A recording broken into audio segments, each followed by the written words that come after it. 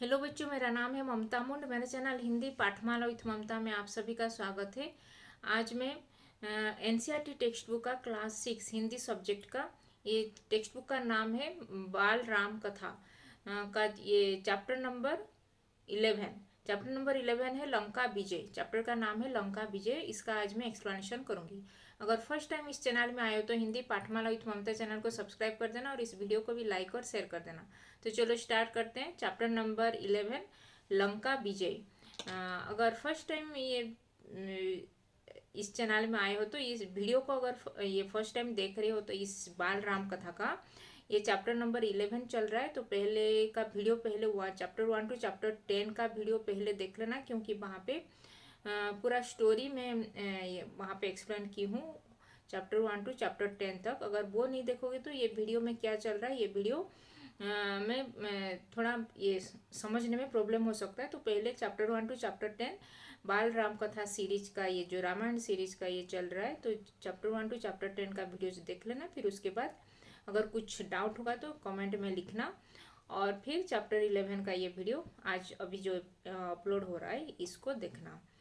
तो चलो स्टार्ट करते हैं लंका विजय। और चैप्टर नंबर 10 में हम पढ़े थे कि लंका में हनुमान कैसे वहाँ पे गए थे, कैसे लंका को जो समुंदर को लांघ के लंका में पहुँचे थे।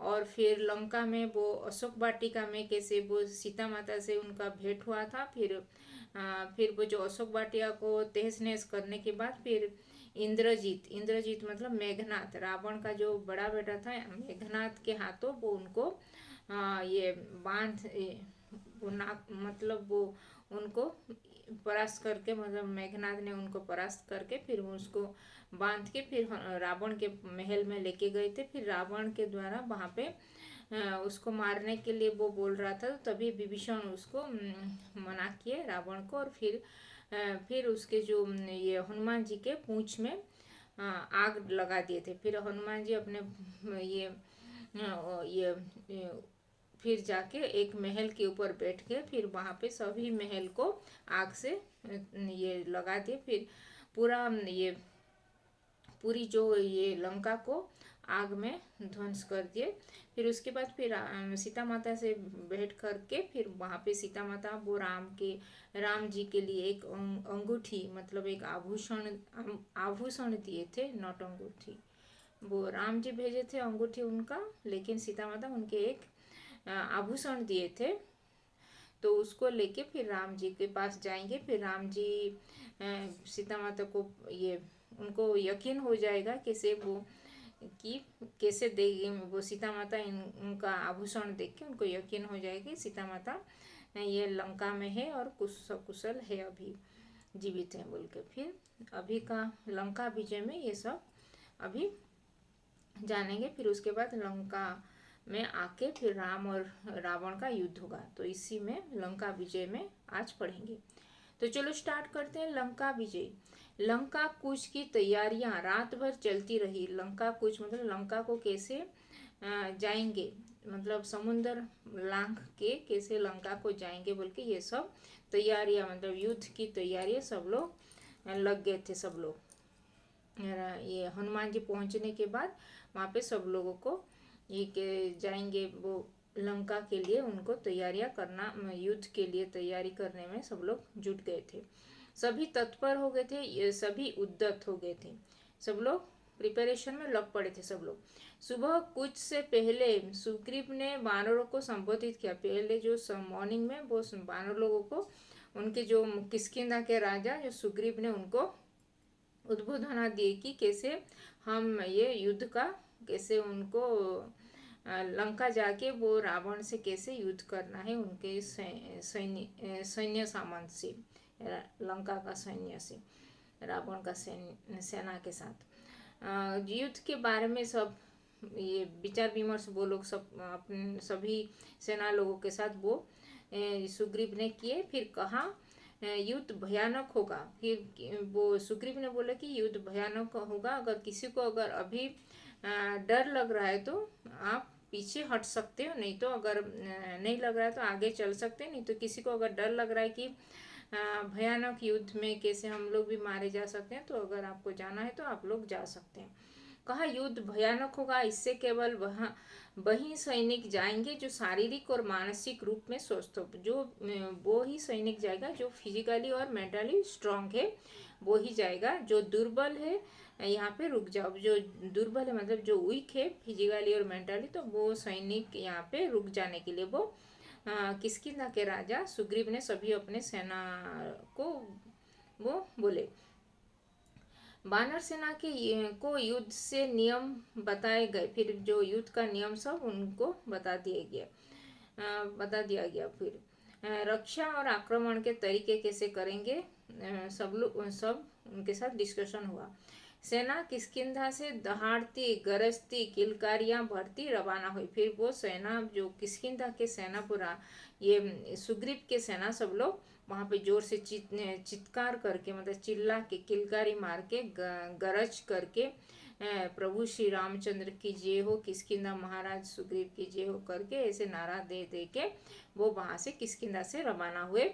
वो समुद्र ये जो महेंद्र पर्वत तक यहाँ पे आने के लिए।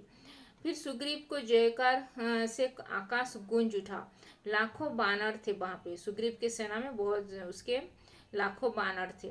चारों ओर कोलाहल हो गया था। वे पेड़ों पहाड़ों को रोंदते चले जा रहे थे। फिर वो पेड़ पहाड़ को सबको लांघ के वो आगे बढ़ते जा रहे थे। ये किष्किंधा के सेना। सुग्रीव के सेनापति थे नल। नल नेतृत्व कर रहे थे, वो सुग्रीव के सेना का सेनापति थे। नल नल और नील जो थे, नल उसका सेनापति था। सुग्रीव का ये किष्किंधा का सेनापति था नल। जाम्बवंत और हनुमान सबसे पीछे थे। वो जाम्बवंत और हनुमान जी सबसे आगे जा रहे थे। यह सेना की रणनीति का हिस्सा था। दिन रात चलकर सेना ने महेंद्र पर्वत पर डेरा डाला। फिर सब लोग चल चल के ऐसे रात दिन चल के फिर महेंद्र पर्वत तक पहुंच गए। वही पर्वत जहाँ से हनुमान ने छलांग लगाई थी, वही पर्वत जहाँ से वो हनुमान जी लंका गए थे, वहाँ से छलांग लगा के उड़ के वो आकाश मार्ग से वो ये लंका के लिए गए थे हनुमान जी। वही हम महेंद्र पर्वत में सब लोग पहुंच गए वहाँ पे। वही पर्वत जहाँ से हनुमान ने छलांग लगाई थी, समुद्र निकट ही था।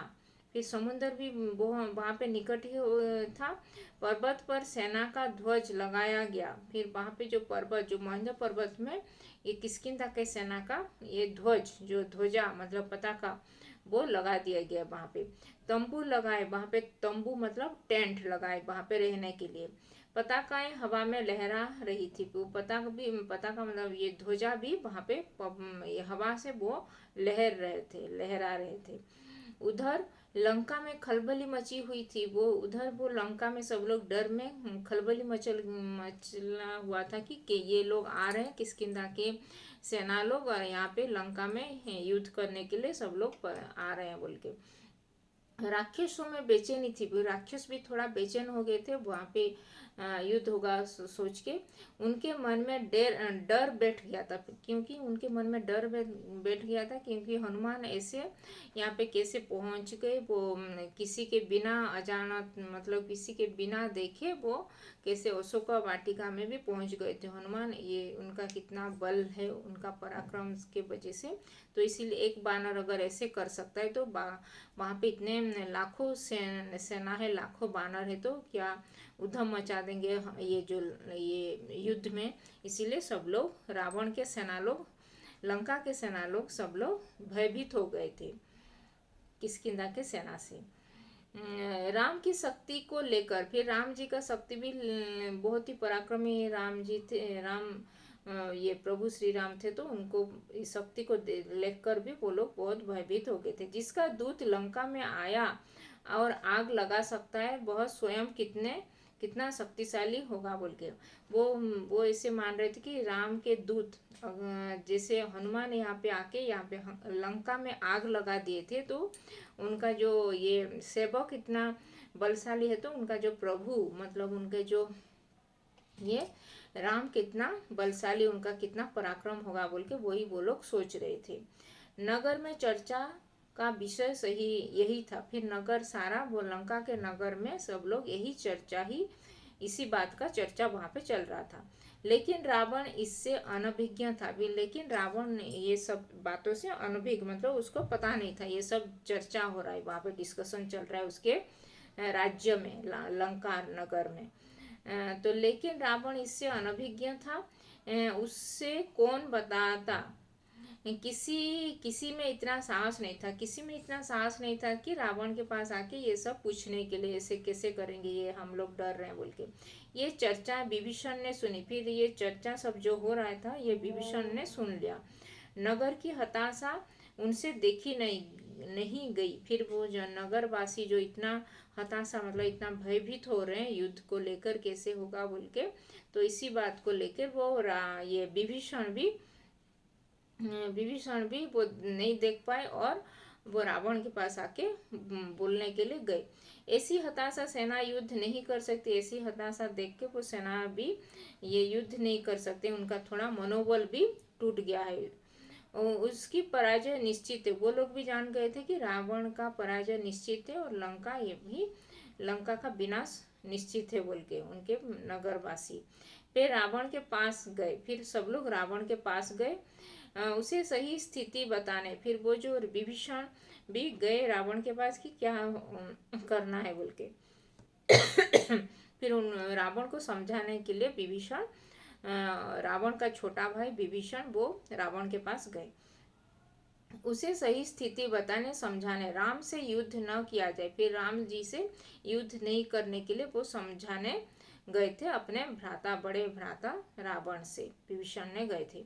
उन्होंने कहा आप सीता को लौटा दो, सबका कल्याण इसी में ही है बोल के वो बोले कि आप सीता माता को लौटा दीजिए राम के पास, नहीं तो सबको यहाँ पे युद्ध होगा। राम यहाँ पे आके यहाँ पे लंका में युद्ध करेंगे और फिर लंका का विनाश निश्चित है बोल के वो विभीषण ने रावण को बोले।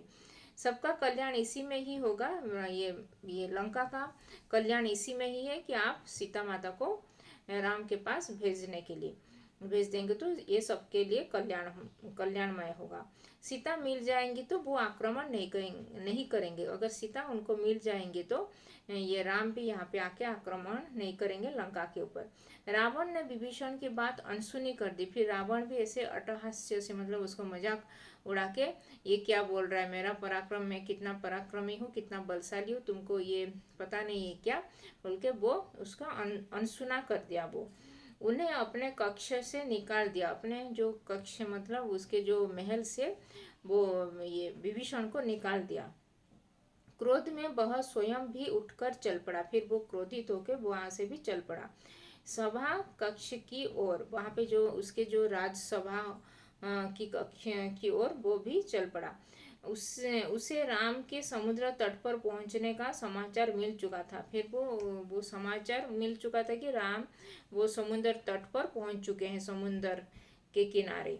सैनिकों ने राम की सेना की पताकाएं दूर से देख ली थी। फिर सैनिक, वो रावण के सैनिक, जो लंका के सैनिक लोग, फिर राम जी के जो पताका, किष्किंधा के जो सेना के पताका वहां पे महेंद्र पर्वत में लगाए थे, वो पताका भी वहां से देख चुके थे बहुत दूर से रावण के सैनिक लोग। विभीषण रावण के पीछे चलते रहे। फिर विभीषण भी रावण के पीछे वो राजसभा के ओर चल पड़े। बोलते रहे सीता आपके गले में बंधा सांप है। फिर वो बोले रावण को कि सीता आपके गले का सांप है, अगर आप नहीं सीता को नहीं दोगे तो हमारा सब पूरा लंका का विनाश निश्चित है बोल के वह आपको डस लेगा। फिर वो सांप, अगर सीता माता जैसे डस लेगी, वो सांप आपको डस लेगा और लंका का विनाश निश्चित है बोल के वो ये रावण को समझाने लगे। लेकिन रावण नहीं, उस सभी बातों का उसके ऊपर कुछ भी असर नहीं पड़ रहा था, वो अनसुना कर दे रहा था। इसे छोटी बात मत समझिए लंकाधिराज, ये संकेत महाविनाश के है। मैं अब भी कहता हूँ सीता को लौटा दीजिए। फिर ये छोटी बात नहीं है, आप सीता को अगर लौटा देंगे तो सभी के लिए कल्याणमय होगा। ये अनसुना मत कीजिए और सीता को लौटा दीजिए राम के पास बोल के वो और फिर लंका बच जाएगी, अगर सीता को लौटा देंगे तो लंका भी बच जाएगा बोल के। तुम मेरे भाई नहीं शत्रु हो। फिर रावण बोला विभीषण कि तुम मेरे भाई नहीं हो और मेरे शत्रु हो, रावण का शत्रु हो तुम बोल के, लंका के शत्रु हो। मेरे शत्रु के शुभ चिंतक हो मैं, और मेरा शत्रु राम है, रावण का शत्रु राम है, तो वो तुम राम के पक्ष में बोल रहे हो, उनके ये सपोर्ट कर रहे हो, तो तुम भी मेरे शत्रु ही होगे बोल के। रावण का क्रोध भड़क के उठा, फिर निकल जाओ यहाँ से। फिर वो विभीषण को वहां से निकाल दिया लंका से। मुझे तुम्हारा साथ नहीं चाहिए। रावण सभाचार की ओर मुड़ गया। फिर वो रावण विभीषण को धक्का मार के वहां से निकाल दिया। तुम लंका से विताड़ित हो चुके हो, अभी तुम लंका में रहने का कुछ ये तुम्हारा कुछ ये यहाँ पे रह नहीं सकते हो, तुम यहाँ से लंका से निर्वासित हो जाओ बोल के वो ये विभीषण को वहां से निकाल दिया। रावण सभागार की ओर मुड़ गया। फिर वो राजसभा की ओर गया। वहां पे विभीषण पीछे, दोनों के रास्ते अलग हो गए। फिर विभीषण भी वहां से चल पड़े। विभीषण उसी रात लंका से निकल गए। फिर विभीषण उसी रात, जब वो रावण ऐसे उनको निकाल निकाल दिया था, तभी वो विभीषण भी वहां से निकल गए थे वो राम जी के पास, वहां पे राम के पास जाने के लिए। चार सहायकों के साथ। फिर विभीषण के जो चार कुछ विश्वस्त लोग जो थे, उनके साथ वो विभीषण वो राम जी के पास वो वहां पे चल गया। वो रातों रात वहां पे चला गया था। उन्होंने राम के पास जाना ठीक समझा। फिर वो विभीषण भी उनको राम के पास जाने के लिए उनको ठीक समझा, इसीलिए वो राम के पास चले गए। समुद्र पार राम के शिविर में अचानक खलबली मची। फिर समुद्र पार करके जो विभीषण राम के पास गए तो वहां पे उनके सभी सेना, मतलब ये राम लक्ष्मण हनुमान, ये जो किष्किंधा के सभी सेना लोगों के ये मन में सब लोग ये खलबली मच गई कि ये रावण का ये दूत बन के ये विभीषण क्यों आए हैं यहाँ पे बोल के। रावण कुछ दूत ऐसे भेजा है, ये कुछ अघटन हो सकता है बोल के वो ऐसे समझ रहे थे। विभीषण कुछ देर खड़े थे वहां पे। बानरों ने उन्हें सुग्रीव के सामने पेश किया। फिर सब लोग जाके वो सुग्रीव के पास विभीषण को पेश किए। बानरों ने उन्हें सुग्रीव के सामने पेश किया। फिर बानर राज में लंका के राजा रावण का छोटा भाई हूँ बोल के वो विभीषण अपना परिचय दिए थे। फिर मैं राम की शरण में आया हूँ। मैं राम के शरण में आया हूँ। मुझे रावण में उसके महल से विताड़ित, मतलब उसको मुझे निकाल दिया है, तो मैं राम जी के शरण में आया हूँ बोल के आप मुझे उनके पास पहुंचा दे। फिर वो किष्किंधा राजा वो सुग्रीव से बोले कि मुझे से राम जी के पास मुझे पहुंचा दीजिए बोल के। विभीषण के चेहरे पर डर नहीं था। फिर विभीषण भी बिना डर के निडर होके वो बोले थे, इसलिए विश्वास था, शब्दों में षड्यंत्र नहीं था। फिर वो विभीषण के शब्दों में भी षड्यंत्र मतलब कुछ भी नहीं था, कपट नहीं था। वो विश्वास, पूरा आत्मविश्वास के साथ ये बोले। कातरता भी नहीं था, वो डर भी नहीं रहे थे, याचना कर रहे थे कि मुझे राम जी के पास पहुंचा दीजिए। सुग्रीव को उनकी बात पर फिर भी भरोसा नहीं हुआ। फिर भी सुग्रीव उनके बातों पर विश्वास नहीं करके, उनको ट्रस्ट नहीं कर रहे थे कि रावण ऐसे दूत भेजा होगा और हमारा कुछ ये भेद जानने के लिए विभीषण को यहाँ पे भेजा है, अपना छोटा भाई को बोल के वो ऐसे ये अविश्वास कर रहे थे विभीषण के ऊपर, उनको भरोसा नहीं हो रहा था। मेरा नाम विभीषण है बोल के वो विभीषण अपना परिचय दिए। रावण ने मुझे लंका से निकाल दिया। फिर वो बोले कि रावण मुझे लंका से, अपने राज सभा से वहां से निकाल दिया है, लंका से बोल के। मैंने उससे सीता को लौटाने की बात कही थी। मैं वो रावण को समझाने लगा था कि सीता माता को यहाँ पे राम जी के पास भेजने के लिए, अगर वो भेज देगा तो ये लंका सभी के लिए, लंका के लिए ये सुमंगल होगा, नहीं तो ये लंका का विनाश सुनिश्चित है बोल के मैं समझाने लगा। लेकिन वो नहीं मान के मुझे लंका से निर्वासित, विताड़ित कर दिया है, मुझे निकाल दिया है बोल के वो विभीषण सुग्रीव से कहने लगे।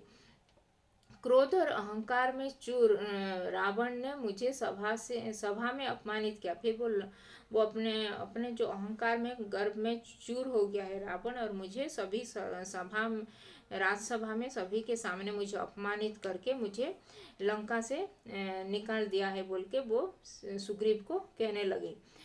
मैं प्राण बचाकर आया हूँ, एक बार राम से मिलवा दे, मैं उनसे कुछ कहना चाहता हूँ। फिर मुझे एक बार मुझे राम जी से मिलवा दीजिए, मुझे कुछ कहना है राम जी को बोल के वो विभीषण सुग्रीव से बोले। सुग्रीव राम के पास गए। फिर सुग्रीव किष्किंधा राज सुग्रीव राम जी के पास गए। उनके जो तंबू वहाँ पे जो विश्राम कर रहे थे, रात्रि समय था तो वहाँ पे विश्राम कर रहे थे, वहाँ पे जाके सुग्रीव राम जी से भेंटने के लिए गए। मन में शंका अब भी थी, फिर भी वो भरोसा नहीं कर पा रहे थे सुग्रीव विभीषण के ऊपर। वो अभी भी शंका विभीषण के ऊपर शंकाएं थी। अंगद भी उससे संदेह की दृष्टि से देख रहे थे। फिर अंगद जो युवराज अंगद भी विभीषण को ये जो मतलब संदेह दृष्टि मतलब उनको भी वो भरोसा नहीं कर पा रहे थे। राम ने बात सुनी और कहा हमें विभीषण को स्वीकार करना चाहिए। फिर वो राम जी बोले कि ये बात सब सुनी और विभीषण को हमको ये स्वीकार करना चाहिए, अगर वो शरण में आए हो तो उनको भी शरण देना चाहिए बोल के वो सुग्रीव को बोले राम जी। सुग्रीव राम के पास फिर हमें विभीषण को स्वीकार करना चाहिए, मैं शरण में आए व्यक्ति को कभी निराश नहीं करना चाहिए। जब भी किसी व्यक्ति आपके शरण में आएगा तो उसको शरण में लेना चाहिए, उनको कभी भी निराश नहीं करना चाहिए। यह मेरी नीति है, विभीषण को आदर से अंदर लाइए बोल के वो सुग्रीव से कहने लगे राम जी। विभीषण राम के पास पहुंचे। फिर राम ने उनका सत्कार किया। फिर राम ने वो विभीषण का सत्कार किया, अतिथि सत्कार मतलब वेलकम किए। लंका का समाचार पूछा। फिर लंका में क्या चल रहा है बोलकर वो पूछने लगे राम जी।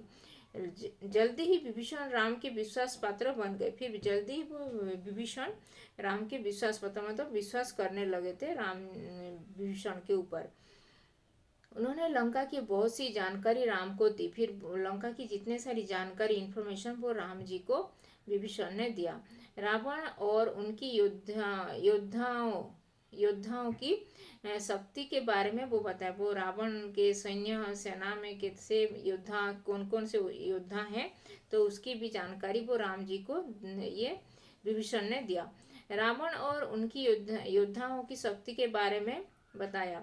कहा रावण पर विजय प्राप्त करने के लिए बल और बुद्धि दोनों की आवश्यकता है, कि रावण पर अगर आपको विजय प्राप्त करना है तो आपको बल और बुद्धि दोनों का होना जरूरी है बोल के वो विभीषण राम जी को बोले।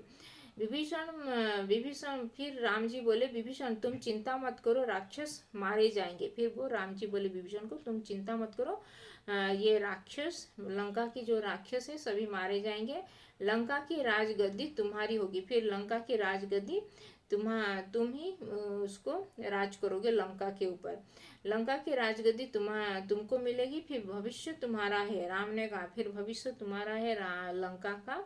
तो वो ये विभीषण को आश्वस्त किए वो राम, ये लंका का राजगद्दी तुमको ही मिलेगा बोल के। राम की सेना के सामने एक बड़ी चुनौती थी। फिर राम जी के सेना वो जो बानर सेना में बहुत बड़ी चुनौती थी कि वो समुद्र को कैसे लांघेंगे, उसे कैसे पार करेंगे, समुद्र को कैसे पार करेंगे बोल के ये एक चुनौती उनके सामने थी। राम ने समुद्र से विनती की। फिर राम जी ने फिर समुद्र देव को वो एक विनती किए थे कि हमको कुछ मार्ग दिखाइए, वो कैसे हम पार करेंगे ये समुद्र से पार करके हम लंका कैसे जाएंगे बोल के। 3 दिन बैठे रहे कि समुद्र रास्ता दे दे। फिर 3 दिन ऐसे ही बैठे रहे वहाँ पे चट्टानों में, और कैसे वो समुद्र देवता उनको कुछ ये रास्ता दे देंगे जैसे। वह नहीं माना तो राम को क्रोध आ गया। फिर समुद्र देव नहीं माने तो फिर राम जी भी क्रोधित हो गए। राम का क्रोध देखते हुए समुद्र ने उन्हें सलाह दी। फिर राम जी का क्रोध देख के फिर समुद्र देव भी उनके सामने प्रकट होके फिर उनको सलाह दिए, उनको सजेशन दिए कि आपकी सेना में नल नामक एक बानर है, जो बानर सेना में एक नल नामक एक बानर है, जो बानर सेना ये किष्किंधा के सेनापति है, उसके बारे में बोलने लगे।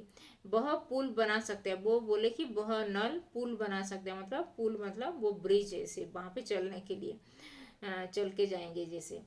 उससे बानर सेना पार उतर जाएगी। फिर वो बानर सेना वो पुल अगर बना देंगे नल, तो वहां से वो पार करके सभी लोग जा सकते हैं।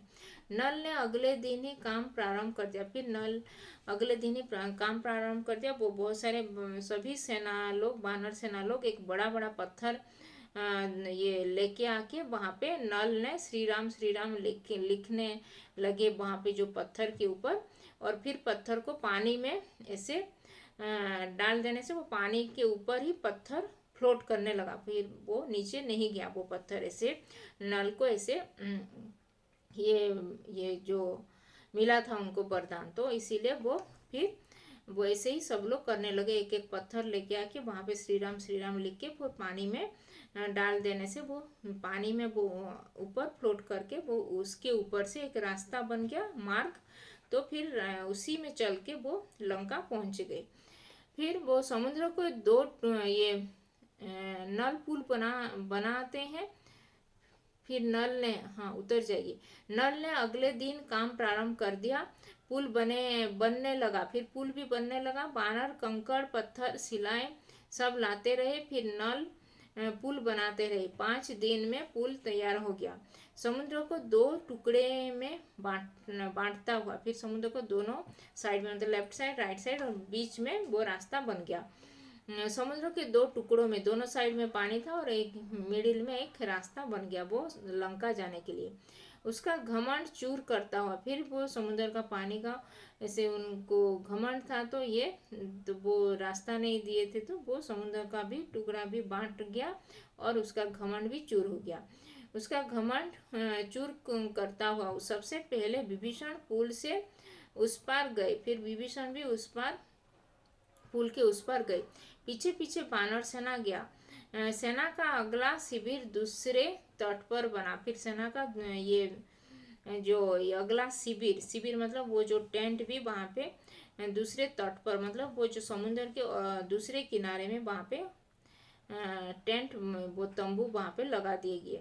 वहाँ पे अगला शिविर वहाँ पे बन गया। फिर असंभव, रावण क्रोध से चीख उठा। फिर असंभव करते करिए, कैसे ऐसे संभव काम संभव हो गया, ये असंभव काम तो ये कैसे संभव हो गया, ये लोग ऐसे करके समुद्र, इतना बड़ा समुद्र को पार करके कैसे आ गए लंका में, बोल के वो चीख उठा, वो चिल्ला उठा, वो बहुत ही क्रोधित हो गया।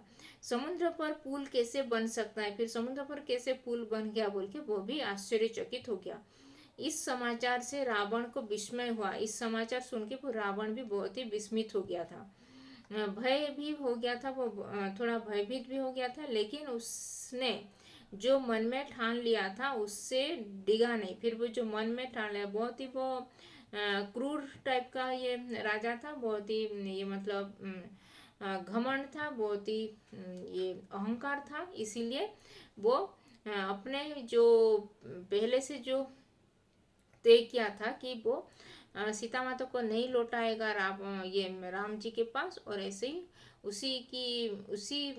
उसकी वही बात में वो टिका रहा, मतलब वो सीता माता को भेजने के लिए ये नहीं बोला वो, तो भयभीत हो गया फिर। लेकिन उसने वो जो ठान लिया था अपने मन में वो ही उसमें डिगा रहा, मतलब वो उसमें उससे वो चेंज नहीं किया अपना डिसीजन को।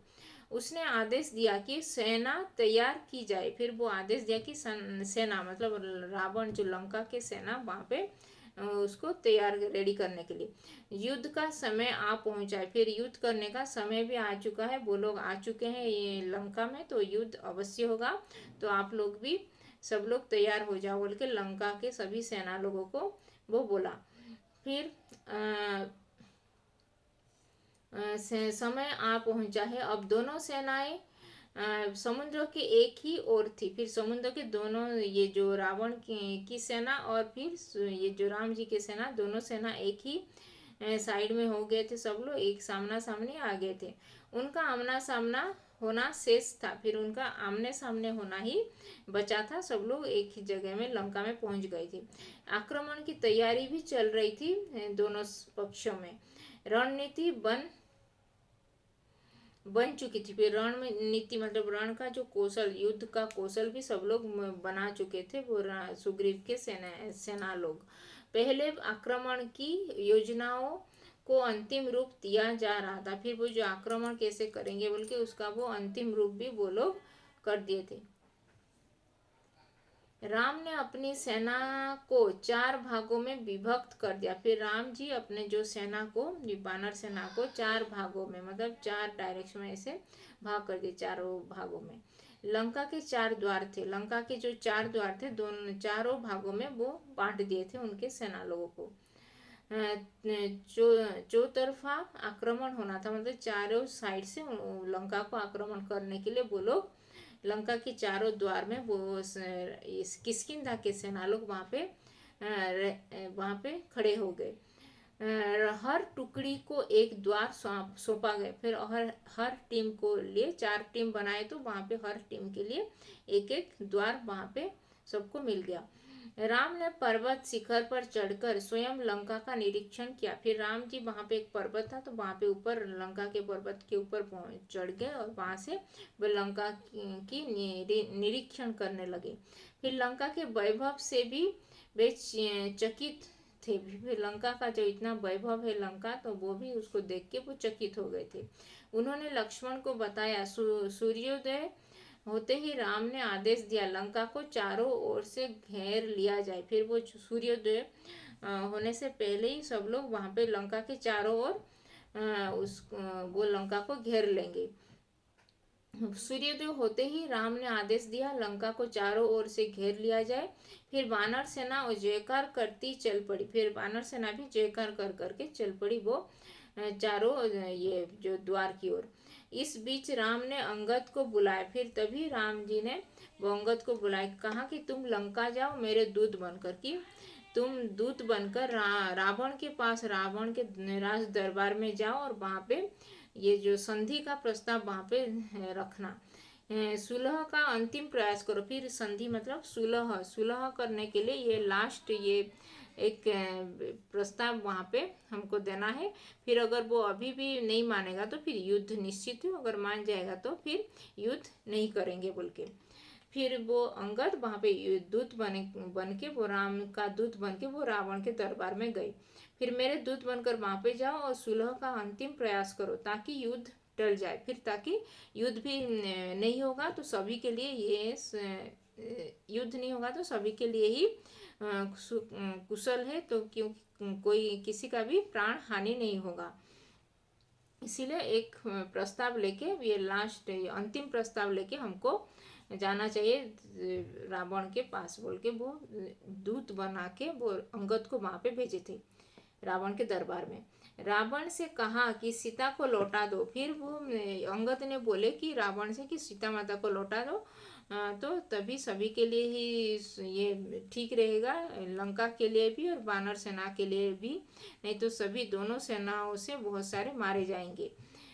तो ताकि युद्ध टल जाए, रावण से कहा कि सीता को लौटा दे, अन्यथा उसका अंत होगा। नहीं तो अगर नहीं लौटाएगा तो रावण का अंत सुनिश्चित है बोल के वो अंगद बोले रावण को।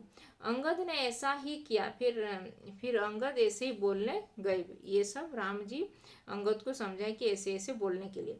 तो पर रावण नहीं माना। फिर भी रावण नहीं माना। वो अंगद जो उसके दरबार में बोले, तो राम का संदेश सुनकर रावण क्रोधित हो गया। फिर राम जी का संदेश ये सुनकर वो अंगद दूत बन के आया, तो ये सब सुन के वो क्रोधित हो गया बहुत जोर से। कुछ राक्षसों ने उन पर आक्रमण किया। फिर वो अंगद के ऊपर आक्रमण कर भी दिए। अंगद वहां से बचकर राम के पास पहुंचे। फिर वहां से बच के वो राम जी के पास पहुंच गए अंगद वहां से बचकर राम के पास पहुंचे। कहा कि रावण का कोई पश्चाताप नहीं है। फिर रावण ऐसा अज्ञानी है, इतना अहंकार है, उसके घमंड है, तो वो अभी तक भी उसको समझने में कुछ भी नहीं आया, वो पश्चाताप भी नहीं कर रहा है। वह हमारे साथ सुलह के लिए तैयार नहीं है, वो अभी भी सुलह करने के लिए वो तैयार नहीं है, तो युद्ध निश्चित ही होगा बोल के वो अंगद राम जी को बोले। फिर युद्ध चाहता, वो भी युद्ध चाहता है, तो इसीलिए युद्ध निश्चित ही युद्ध होगा बोल के। अब युद्ध की एकमात्र विकल्प है, युद्ध ही एकमात्र विकल्प है, तो हमको युद्ध करना पड़ेगा। वानर युद्ध के लिए तैयार थे, फिर वानर सेना भी युद्ध होने के लिए वो तैयार हो गए थे। वहाँ पे राम के आदेश की प्रतीक्षा वो लोग कर रहे थे। आदेश मिलते ही उन्होंने लंका पर चढ़ाई कर दी। फिर आदेश जब मिल गया राम जी का, तो वहाँ पे लंका की चारों ओर, चारों द्वार के ऊपर वो चढ़ाव कर दिए वानर सेना। फिर उधर रावण के आदेश पर उसकी सेना निकल पड़ी। फिर रावण भी आदेश दे दिया अपने सेना को, लंका के सेना को, तो वो सेना भी निकल पड़े, वो लोग भी। राक्षस उतावले थे, फिर राक्षस लोग भी बहुत ही उतावले थे युद्ध करने के लिए। वो चित्कार कर रहे थे, बहुत ही चिल्ला रहे थे, रावण के जय घोष कर रहे थे, रावण की जय करके, लंकाधिपति रावण की जय बोल के वो नारा दे के वो वहां से चल पड़े।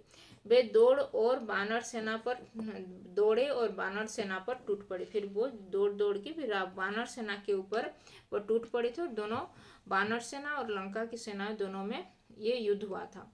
भयानक युद्ध हुआ, हर ओर दहला देने वाला शोर था। बहुत ही युद्ध बहुत ही भयानक था, और दोनों पक्षों में बहुत ही दहला दिया था सब लोगों को, क्योंकि ये बानर सेना भी मरे थे और रावण के लंका के सेना भी मरे थे, दोनों दोनों से पक्षों के सेना लोग मरे थे।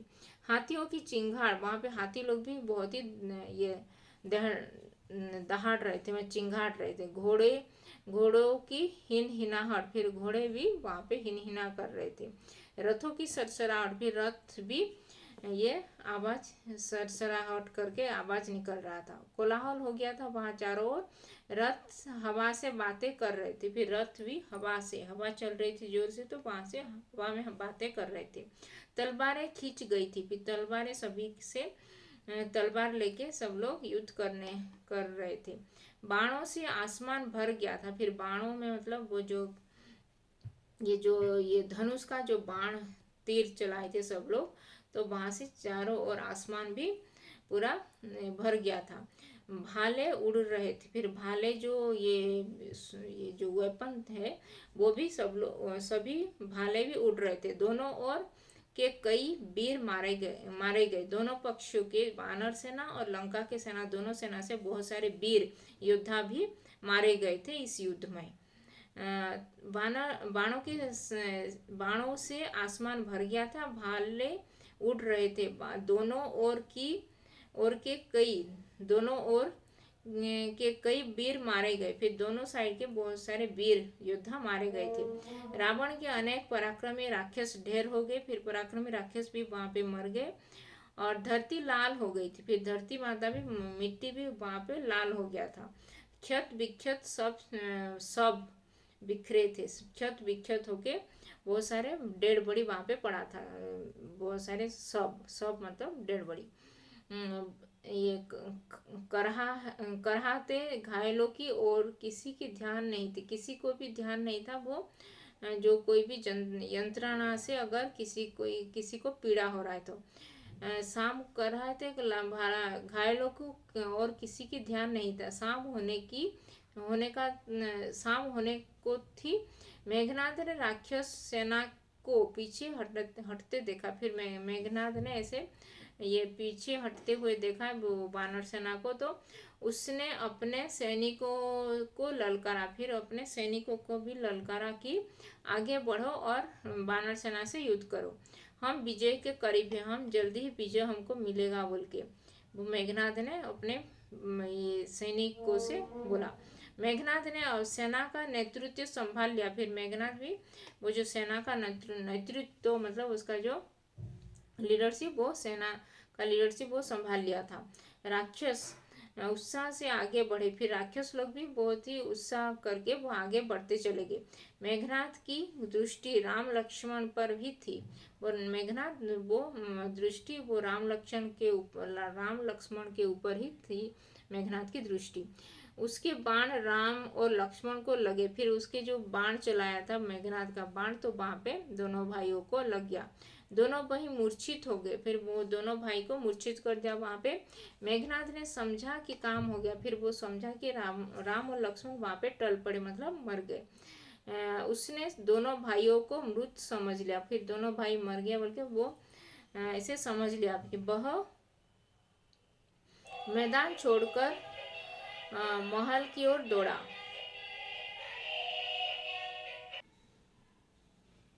फिर मेघनाद ने समझा कि काम हो गया। फिर राम और लक्ष्मण जैसे मूर्छित हो गए, तो भी वो समझा कि वो काम हो गया, कि राम और लक्ष्मण दोनों मर चुके हैं बोल के उसने दोनों भाइयों को मृत समझ लिया। और वह मैदान छोड़कर फिर महल की ओर अपने लंका की महल की ओर दौड़ गया। रावण को यह इसकी सूचना देने के लिए वो वहां से चला गया। रण क्षेत्र में बानर राम लक्ष्मण के पास एकत्र हो गए। फिर राम और लक्ष्मण के पास सब लोग एकत्र होके वहां पे वे चिंतित हो गए थे, क्या हो गया है। अशुभ की आशंका से विभीषण ने दोनों का उपचार कराया। फिर विभीषण अपने जो उपचार कराया उन लोगों को, उनकी मूर्छा टूटी। फिर उनकी मूर्छा भी टूट गई और वे खड़े हो गए। तो बानर दल हर्ष ध्वनि करने लगा। फिर बानर दल भी ध्वनि करने लगा। ये अगले दिन युद्ध के लिए तैयार हो गए। फिर अगले दिन वो युद्ध करने के लिए तैयार हो गए। रावण की सेना के महाबली एक एक कर मारे जा रहे थे। फिर रावण के बहुत सारे महाबली महापराक्रमी जो योद्धा लोग थे, वो सब लोग एक एक करके मारे जा रहे थे। ध्रुमाक मारा गया। फिर एक राक्षस था ध्रुमाक बोल के वो मारा गया था। वज्र दृष्ट करके एक राक्षस था, वो भी मारा गया। प्रहस्त करके वो प्रहस्त को नील ने ध्वस्त कर दिया। फिर प्रहस्त एक राक्षस था, उसको नल ने उसको मार दिया। रावण को इसकी सूचनाएं मिलती रही। फिर रावण भी जान गया ये सब मारे गए हैं, वह घबरा गया। फिर वो बहुत ही भयभीत हो गया। वह हड़बड़ाकर उठा और स्वयं कमान संभाली। फिर वो अपने आप जाने लगा वहां से वो युद्ध करने के लिए। पहली मुठभेड़ में वह लक्ष्मण पर भारी पड़ा। फिर वो लक्ष्मण के ऊपर वो भारी पड़ गया, लेकिन राम के बाणों ने उसका मुकुट धरती पर गिरा दिया। वह लज्जित होकर फिर लौट गया। फिर राम जी उसका मुकुट धरती पर गिरा दिया और फिर वो लज्जित होकर वहां से लंका चला गया, लौट गया युद्ध क्षेत्र से। अब तक रावण को राम की शक्ति का कुछ अनुमान हो गया था। फिर राम का शक्ति भी उसको पता चल गया था कि बहुत ही शक्तिशाली है राम भी बोल के। फिर जब उसे कोई और रास्ता नहीं सूझा, तो उसने कुंभकर्ण को जगाया। फिर वो अपना और एक छोटा भाई था कुंभकर्ण, उसको जगाया। वो बहुत ही सोता रहता, एक बार उठता है, फिर एक वर्ष के लिए वो सो जाता है। ऐसा उसको वरदान मिला था, तो इसीलिए वो सो जाता है। तो उसको उठाने के लिए, वो युद्ध करने के लिए उठाने के लिए वो सब लोग उसको जगाने के लिए गए। वह महाबली था, वह पर 6 महीने सोता था। वो 6 महीने एक साथ सो जाता था, फिर वो उठता था, फिर और खाना खा के फिर और सो जाता था। वह महाबली था, पर 6 महीने सोता था। एक साथ 6 महीने तक वो सोता था। कुंभकर्ण दुर्ग से बाहर आया। फिर कुंभकर्ण भी उसके जो दुर्ग में जहाँ पे सोता था वहां से वो बाहर निकला, और उसको देखते ही बानर सेना में खलबली मच गई। वो बहुत ही भयंकर बलशाली था, तो उसको देख के बानर सेना में खलबली मच गया। वो सब लोग डर गए उसको देख के। उसका शरीर गठन ऐसे ही था, उसको देख के बहुत ही विशालकाय राक्षस था वो। वे उसे रोकने में अक्षम थे। वो सब लोग उसको ये रोकने में कोई भी नहीं रोक पा रहा था ये कुंभकर्ण को। तो वे उसे रोकने में अक्षम थे। उसने हनुमान और अंगद को घायल कर दिया। फिर वो कुंभकर्ण ने हनुमान और अंगद दोनों को घायल कर दिया था। लक्ष्मण यह युद्ध देख रहे थे। फिर वो लक्ष्मण भी ये सब देख रहे थे कुंभकर्ण को। उन्होंने राम की ओर देखा। फिर वो अपने भ्राता राम की ओर देखा कि अभी क्या करेंगे। कुंभकर्ण का। फिर दोनों भाइयों ने बाणों की वर्षा कर उसे मार दिया। फिर दोनों भाई उसको बाणों की वर्षा करके फिर दोनों भाई ही वो कुंभकर्ण को मार दिए। कुंभकर्ण रणभूमि के अंक में सो गया सदा के लिए। फिर वो रणभूमि में सदा के लिए वो वहां पे सो गया। रावण निराश हो गया। कुंभकर्ण पर उसे गर्व था। फिर कुंभकर्ण ऐसे मर गया बोल के वो बहुत ही गर्व था कि वो कुंभकर्ण सबको मार के आएगा। फिर लेकिन वो अभी भयभीत हो गया कि कुंभकर्ण को भी राम लक्ष्मण ने मार दिए। वह उसे अपना दाहिना हाथ मानता था। वो अपना ये भाई को, वो कुंभकर्ण भाई को अपना दाहिना हाथ मतलब अपना जो राइट हैंड उसको समझ रहा था। वो उसका राइट हैंड बोल के उसे लगा कि अब लंका में वीर नहीं है। वो अभी सोच रहा था कि लंका में अभी वीर योद्धा का समाप्त हो गया है, कोई भी नहीं है, वह अनाथ हो गया है। मेघनाथ ने रावण को सहारा दिया। फिर मेघनाथ इंद्रजीत जो रावण का ज्येष्ठ पुत्र था वो सहारा दिया कि अभी मेरे हाथ मेरे रहते आपको कोई चिंता नहीं कर सकते, आप चिंता नहीं कर सकते, मैं हूँ अभी तक, तो आप चिंता मत कीजिए बोल के मुझे युद्ध की अनुमति दे और मैं दोनों भाइयों को मारकर आपके चरण में रख दूंगा। फिर मैं दोनों भाई को मार के आपके चरण में रख दूंगा बोल के वो मेघनाथ ने रावण से आज्ञा लेते हुए वो युद्ध भूमि की ओर चल पड़ा। मेघनाथ और लक्ष्मण का भीषण युद्ध हुआ। फिर मेघनाथ और लक्ष्मण दोनों में बहुत ही भयंकर युद्ध हुआ था। मेघनाथ पराक्रमी था। वो मेघनाथ बहुत ही पराक्रमी बलशाली था। उसने एक बार इंद्र को परास्त कर दिया था। फिर वो एक बार इंद्र को पराजित किया था, इसीलिए उसका नाम इंद्रजीत पड़ा था। इसीलिए उसका नाम इंद्रजीत हुआ था और इंद्रजीत कहलाया। फिर इंद्रजीत को परास्त करके वो इंद्रजीत सब लोग कहने लगे। उसके बाणों ने कई प्रमुख बानरों को घायल कर दिया। इंद्रजीत के बाणों से बहुत सारे बानर सेना भी घायल हो गए सब लोग। मेघनाथ को रोक पाना बानर सेना के बुत्ते की बात नहीं थी। फिर मेघनाथ को ऐसे रोक पाना सब किसी के बात में नहीं था, कोई भी रोक नहीं पा रहा था। वह चक्रवात की तरह आगे बढ़ता गया, जो भी आसपास होता ध्वस्त हो जाता। फिर जो भी आगे उसके सामने आता तो उसको ध्वंस करके वो आगे की ओर बढ़ता चला जा रहा था।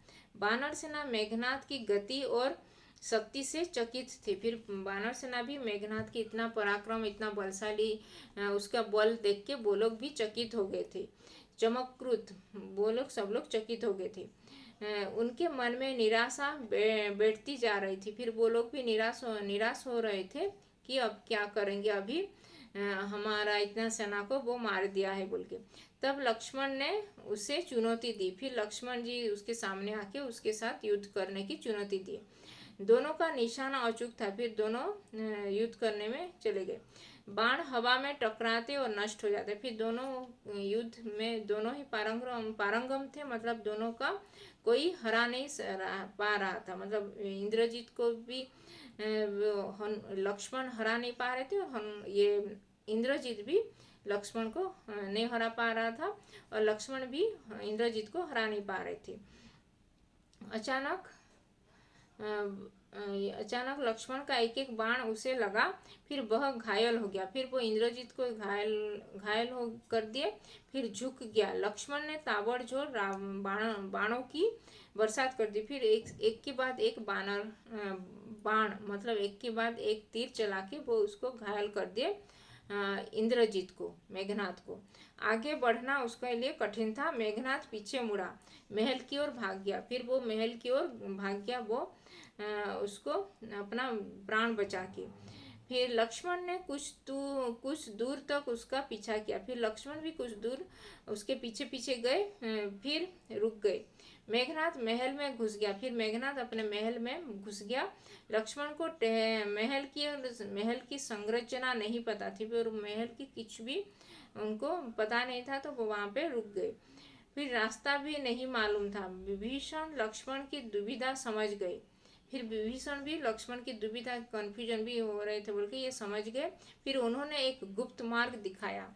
शेष काम आसान था। फिर वो विभीषण भी एक गुप्त मार्ग। यहाँ से पहले वो लक्ष्मण को एक नाग फांस में उसको, ये मिसिंग है यहाँ पे इस बुक में। तो यहाँ पे होता है कि मेघनाद ने लक्ष्मण को नाग फांस में बांध दिया था, तभी क्या ये मतलब उसको अचेत कर दिए थे, तो मार तीर चला के। तो फिर जो विभीषण कैसे करेंगे बोल के, विभीषण के जो लंका में एक राजवैद्य थे सुषेण बोल के, तो उनको लेके आने के लिए वो ये हनुमान जी वहाँ पे उसके घर गए लंका में, फिर उसको वहाँ से लेके आए सुषेण को। फिर सुषेण वो ये लक्ष्मण जी को देख के फिर वो बोले कि यहाँ पे एक ही वो संजीवनी अगर बूटी लेके आ पाओगे तो उसी से ही उनको जीवन दान मिल सकता है, नहीं तो अगर एक रात से अगर एक रात से पहले अगर उस उनको नहीं लेके आएंगे तो वो मर भी सकते हैं बोल के। फिर वो कि कहाँ पे मिलेगा वो संजीवनी बूटी बोलने से वो ये सुषेण वैद्य ने बोले कि वो हिमालय में है गंधमार्दन जो फिर वो ये हिमालय की ओर वो चल पड़े थे। हनुमान ने ये कौन लेके आएगा बोले, फिर हनुमान गए थे ये जो हिमालय से वो संजीवनी बूटी लेने। फिर वहाँ पे उनको पता नहीं था कैसे दिखता है बोल के, वो पूरा पर्वत उठा के ले आए थे। और फिर वही संजीवनी बूटी से वो सुषेण राजवैद्य वो ये लक्ष्मण जी को जीवन दान मिला था। फिर उससे फिर और एक बार वो कहाँ पे रखेंगे बोल के फिर और एक बार गए थे वो लक्ष्मण ये जो पर्वत को, और फिर वहाँ पे रखे थे, वहाँ पे गंधमार्दन पर्वत वहाँ पे हुआ था उसका। ऐसा ऐसा स्टोरी में ये रामायण में है, लेकिन यहाँ पे बाल राम कथा में ये मिसिंग है, बहुत सारी मिसिंग है, कुछ कुछ तो ये मिसिंग है। तो ये स्टोरी है। आगे बढ़ना बहुत ही कठिन था। फिर मेघनाथ पीछे मुड़ा तो वहाँ पे दुविधा हो गया था। फिर मेघनाथ महल में मारा गया। फिर मेघनाथ के पीछे वो जो ये इसके पीछे और एक बार जो युद्ध हुआ था, तभी मेघनाथ के पीछे गए लक्ष्मण, और फिर उसके जो महल का रास्ता वो विभीषण ने ये लक्ष्मण को बता दिए, तो फिर वो वहां पे जाके उसको मार दिए। अपने ज्येष्ठ पुत्र की मृत्यु से रावण एकदम टूट गया। फिर ज्येष्ठ पुत्र वो जो मेघनाथ उसके ज्येष्ठ पुत्र था रावण का, तो उसके मृत्यु से वो बहुत ही टूट गया था, बहुत ही ये शोक में चला गया था, विलाप करने लगा। फिर बहुत ही ये रोने लगा, मूर्छित हो गया। फिर वो भी मूर्छित हो गया रावण। होश आया तो उसकी दशा पागलों जैसी थी। फिर वो जब होश आया तो उसको दशा भी पागल जैसे हो गया था। वो क्रोध से बिलबिलाता हुआ भी बहुत ही क्रोध से बहुत ही चिल्ला रहा था। लंका अनाथ हो गई है, अब उसका कोई सहारा नहीं बोल के वो बोलने लगा। अब मैं स्वयं रणक्षेत्र जाऊंगा, फिर अभी मैं स्वयं ही वो युद्ध भूमि में जाऊंगा बोल के वो आगे गया। लक्ष्मण के साथ वानर सेना भी महल में प्रवेश कर गई थी। फिर लक्ष्मण के साथ भी वो वानर सेना भी महल में प्रवेश कर दिए थे। तो उनके हाथों में जलती हुई मसाले थी। फिर वो जो वानर सेना के हाथ में जलती हुई मसाले भी वहाँ पे थी, उनकी हाथों में जलती हुई मसाले थी। वानरों ने लंका में जहाँ तहाँ आग लगा दी। फिर जहाँ यहाँ वहाँ करके सब चारों ओर आग लगा दिए वो वानर सेना लंका में। मारकाट मच गई, बहुत ही अन्न भंडार फूंक दिए, शस्त्रागार जला दिए। फिर उसके जो वेपन जहाँ पे रखता है वो रावण के लंका का वो शस्त्रागार को भी जला दिए। मारकाट मच गई, फिर चारों ओर सब लोग कोलाहल मच गया वो लंका में। जो भी सामने पड़ा मारा गया, जो भी सामने आ गया वो उसको मार दिए। कंपन, प्रजंत, द्रुपाक, कुंभ मारे गए। ये सब राक्षसों के नाम है, वो सब मारे गए। हनुमान ने निकुंभ, देवातंक और त्रिशिरा करके वो राक्षस लोगों को मौत की नींद सुला दिए। फिर अंगद ने तरांतक नामक राक्षस का भी काम तमाम कर दिए थे। फिर लक्ष्मण ने अतिकाय नामक एक राक्षस था, उसका भी सिर काट दिए थे। ये सब राक्षस लोगों का नाम है, वो सब याद कर लेना। राक्षस सेना भाग खड़ी हो गई। फिर राक्षस सेना भी सब लोग ये डर के मारे भाग गई इधर उधर करके। फिर होगा रावण के पास अब कोई विकल्प नहीं था कि क्या करेगा बोल के। युद्धनाद, फिर अभी युद्धनाद हुआ, फिर युद्ध के लिए ना मतलब ये शंख फूका गया, तो सब लोग ये शंख ध्वनि हुआ। फिर अकेला बचा रावण युद्ध के लिए गया, निकल पड़ा। फिर फुफकारते हुए फन कुचलते सांप की तरह वो वहां पे अकेला चला गया युद्ध भूमि की ओर। वह जिधर मुड़ता भगदड़ मच जाती। वानरों को भागते देख लक्ष्मण आगे आए। फिर वानर लोगों को इधर उधर भागते हुए वो देख के लक्ष्मण भी उसके सामने आ गए, धनुष बाण लेके उसके सामने आ गए। रावण के सामने अमेध दीवार की तरह खड़े हो गए। फिर रावण के सामने वो लक्ष्मण एक दीवार जैसे खड़े हो गए। थोड़ी ही देर में विभीषण वहां पहुंच गए। उसके बाद राम भी वहां पे पहुंच गए। उनके सामने रावण की एक न चली, उनके सामने रावण का एक भी नहीं चला। वो विभीषण को राम की सेना में देख रावण उबल पड़ा। फिर विभीषण को देख के वो रावण भी वहां पे उबल पड़ा था। छोटे भाई का विश्वासघात मतलब वो विश्वासघात किया था। रावण को छोड़ के अपने शत्रु से वो हाथ हाथ मिलाया था, तो इसीलिए वो भी उसको बहुत ही भला बुरा किया था। वो बोलने लगा भी विश्वासघात किए हो बोल के। उसने विभीषण पर निशाना लगाया। लक्ष्मण ने वह बाण बीच में ही वो काट दिया, नहीं तो वो ये विभीषण की ओर मारने के लिए वो ये तीर लगाया था, तो तभी वो विभीषण को बचाने के लिए वो आगे की ओर आके वो लक्ष्मण ने उसका तीर को काट दिए थे। उसने दूसरा घातक बाण लगाया। इस बार लक्ष्मण बीच में आ गए। फिर लक्ष्मण जी उसके सामने आ गए, तो उन्होंने विभीषण को अपने पीछे कर दिया, फिर उसको बचा लिए विभीषण को।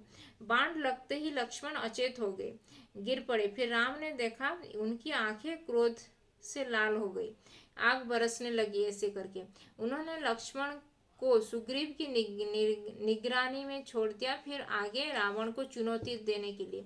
फिर रावण, कल तुझे मेरे सामने ले आया है। तुम्हारा काल मतलब तुम्हारा जो ये समय अभी तुम्हारा अंतिम समय आ चुका है, तुम इसीलिए तुम मेरे सामने आ चुके हो बोल के। आज अन्याय पर न्याय का विजय होगा बोल के वो बोलते हुए तेरा अंत आज ही निश्चित है बोल के। उधर हनुमान लक्ष्मण को उठाकर रण क्षेत्र से दूर ले गए। फिर हनुमान भी वो लक्ष्मण जो अचेत हो गए थे उनको लेके फिर थोड़ा दूर में ले गए। वैद्य सुषेण को बुलाया। अभी अभी होगा ये। वैद्य सुषेण को वो ये इंद्रजीत मरने के बाद ये हुआ है, लेकिन वो इंद्रजीत ही क्या था वहां पे। वैद्य सुषेण को अभी बुलाए। फिर हनुमान संजीवनी बूटी लेके आए थे। फिर चिकित्सा शुरू हो गई। फिर चिकित्सा भी ये शुरू हो गया वैद्य के निगरानी में। फिर वो लक्ष्मण भी उठ खड़े हुए। धीरे धीरे रक्त का रिसाव बंद हो गया। फिर घाव भी भर गया। संजीवनी का प्रभाव चमत्कारी था। फिर संजीवनी बूटी से वो लक्ष्मण भी ठीक हो गए।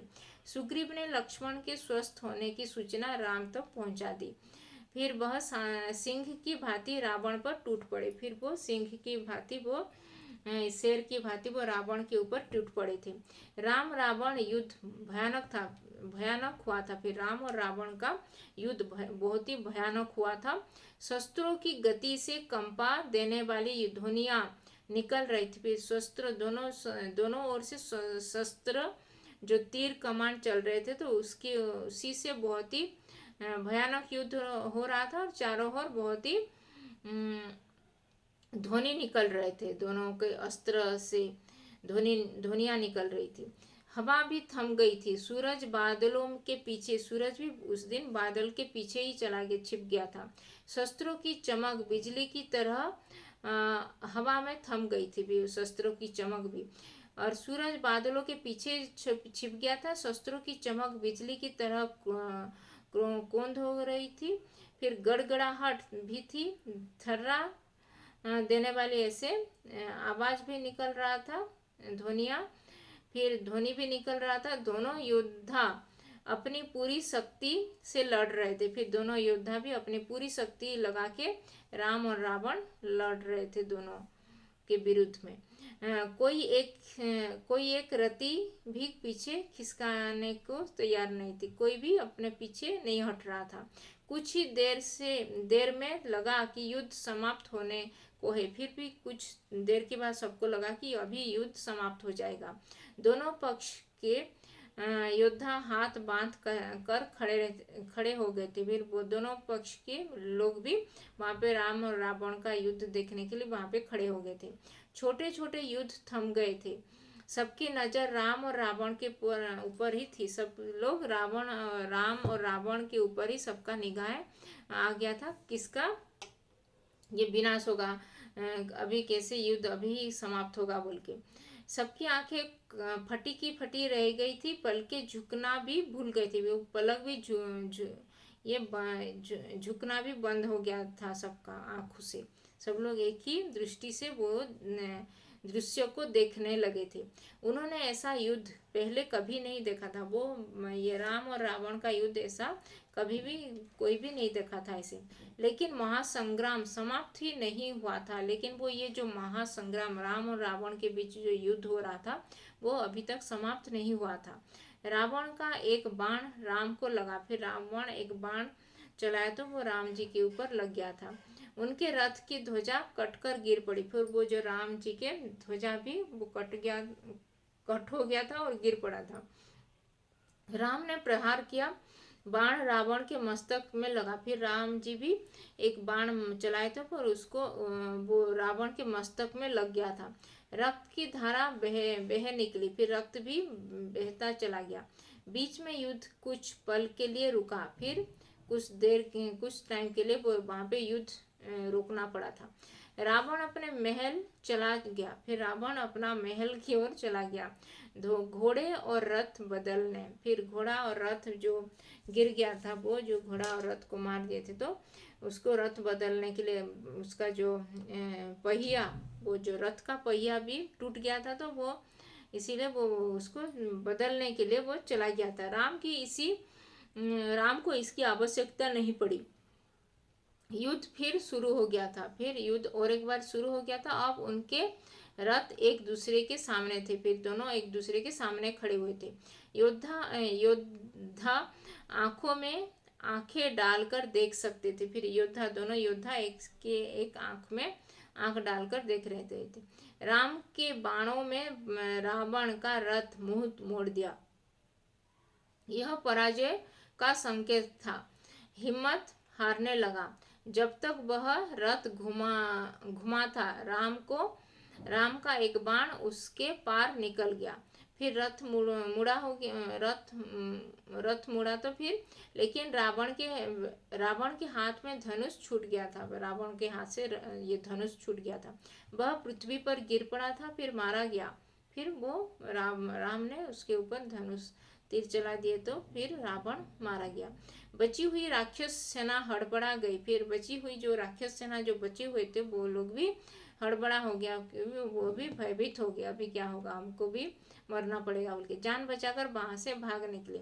उनका दिशा ज्ञान शून्य हो गया। उनका जो कहाँ पे जाएंगे बोल के उनका दिशा ज्ञान भी शून्य हो गया था। कुछ राक्षस वानर सेना की ओर दौड़ पड़े, कुछ भागते हुए समुद्र में जाके गिर गए।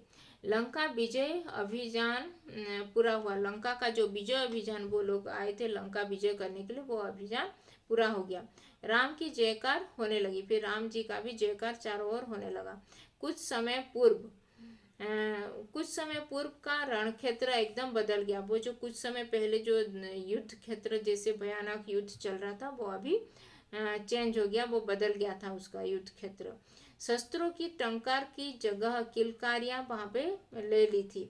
बानर सेना उछल कूद कर रहे थे। बानर सेना में सब लोग खुशी मना रहे थे कि हम लोग जीत गए बोल के वो लोग उछल कूद रहे थे। समुद्र में ठंडी हवा आ रही थी, समुद्र से भी ठंडी हवा आ रहा था। वहां पे राम जी का विजय हुआ जी। शस्त्रों से उत्पन्न गर्मी वह अपने साथ वहां ले गई। कोलाहल तुमुलनाद में परिवर्तन हो गया।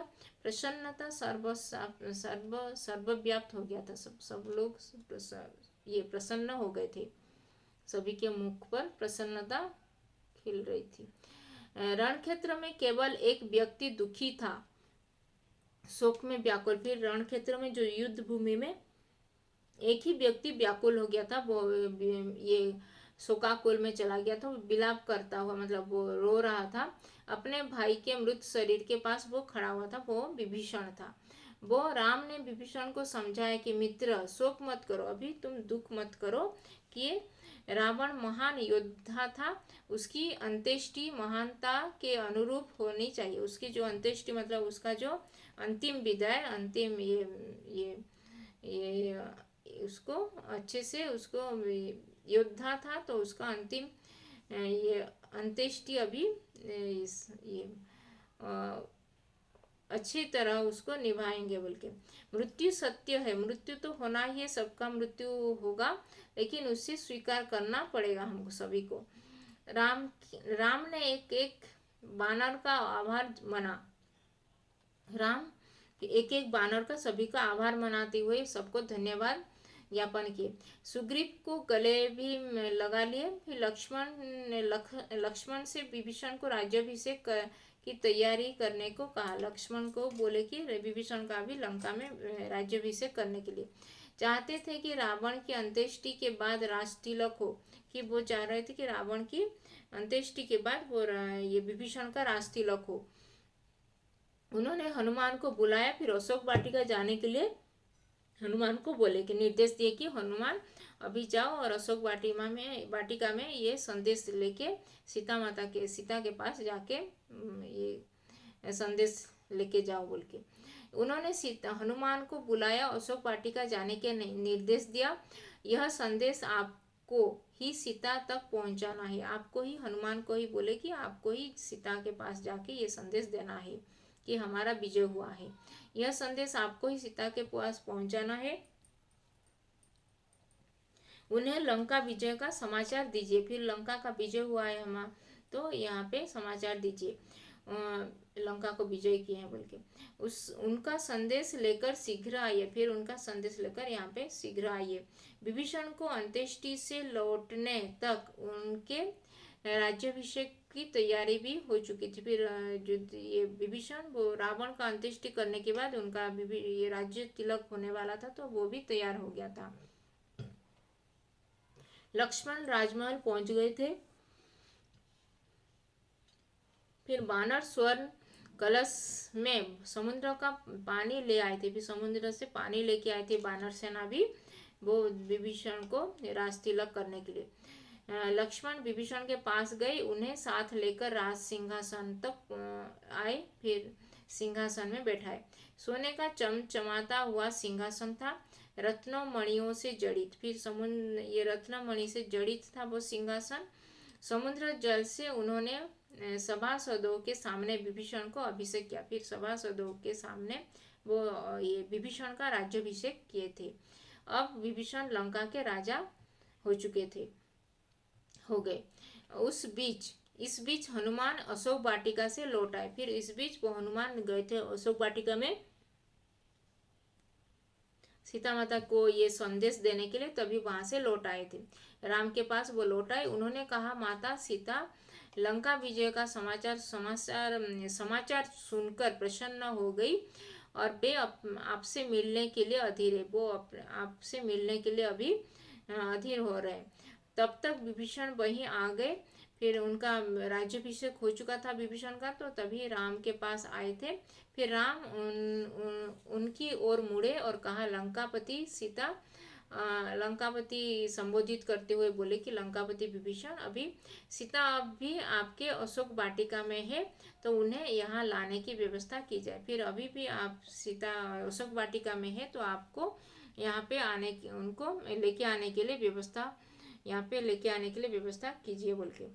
बानर सेना चूहल कर रही थी, अठखोलिया में लगी थी। राम का निर्देश सुनकर उनकी उत्सुकता भी बढ़ गई, वो भी प्रसन्न हो गए, सीता माता का दर्शन होगा बोल के। सुग्रीव, जाम्बवंत और नल नील भी उत्सुक थे। तो सब लोग, नल नील, सुग्रीव, जाम्बवंत, सभी ये बानर सेना भी उत्सुकता में भरे हुए थे कि सीता माता का अभी दर्शन करेंगे। अंगद की वो प्रतीक्षा भी थी, अंगद भी प्रतीक्षा कर रहे थे सीता माता को दर्शन के लिए। हनुमान को छोड़कर किसी ने सीता को नहीं देखा था। हनुमान अकेले ही सीता माता को देखे थे और बाकी सब कोई भी वानर सेना ये सीता माता को नहीं देखे थे। सीता आई तो सबको अपनी कल्पनाओं से अधिक लगी। सुंदर सौम्य शांत चेहरा था उनका।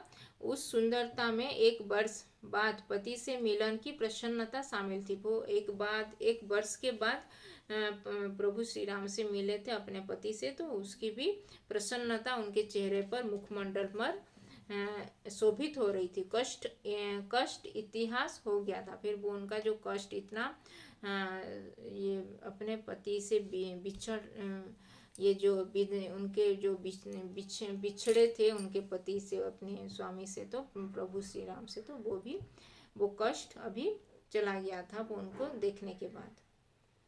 तो ये था लंका विजय चैप्टर 11, लंका विजय चैप्टर 11, लंका विजय के ऊपर ये एक्सप्लेनेशन। तो आज हम ये एनसीईआरटी टेक्स्ट बुक का क्लास 6 बाल राम कथा टेक्स्ट बुक का ये चैप्टर नंबर 11 लंका विजय का एक्सप्लेनेशन आज हम किए।